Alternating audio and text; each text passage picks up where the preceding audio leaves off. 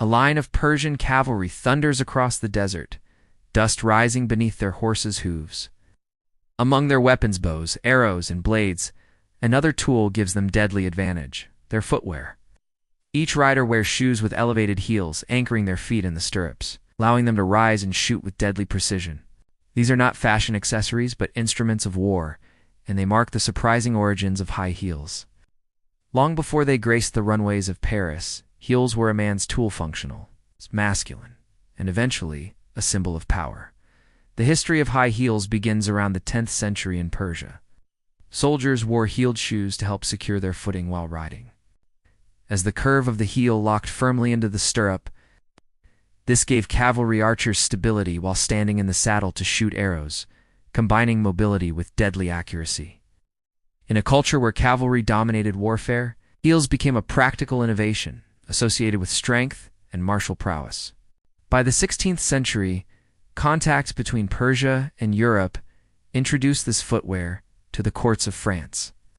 European aristocrats were quick to adopt heels, not for battle, but for fashion and symbolism.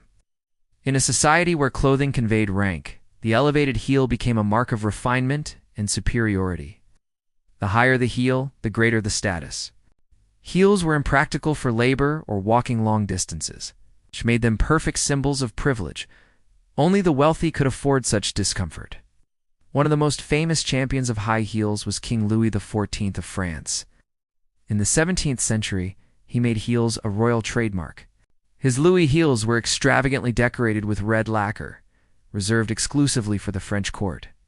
Portraits show him standing proudly in high-heeled shoes, emphasizing his power despite his modest height. In these moments, heels were not feminine at all. They were an expression of masculine dominance and political authority.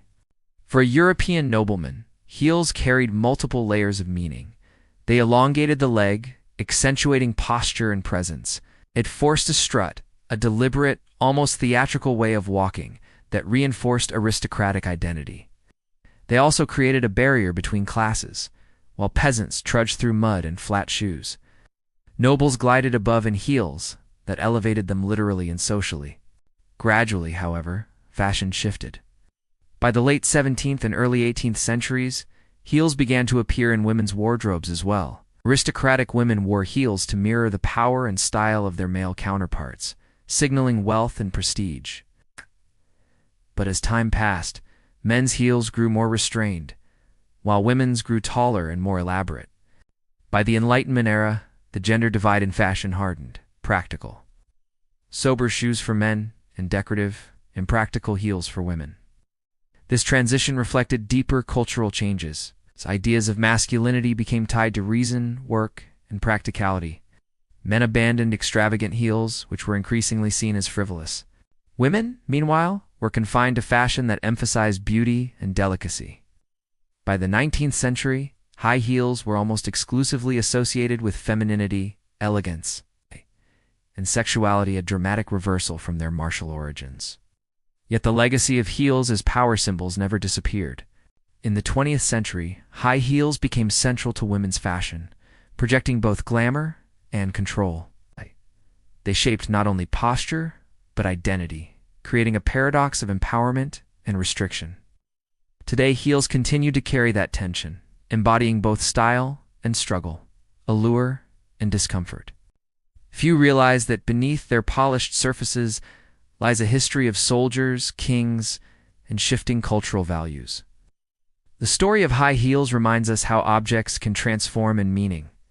What began as a functional tool of war became a courtly status symbol, then a marker of gendered fashion, and finally a contested icon of modern identity.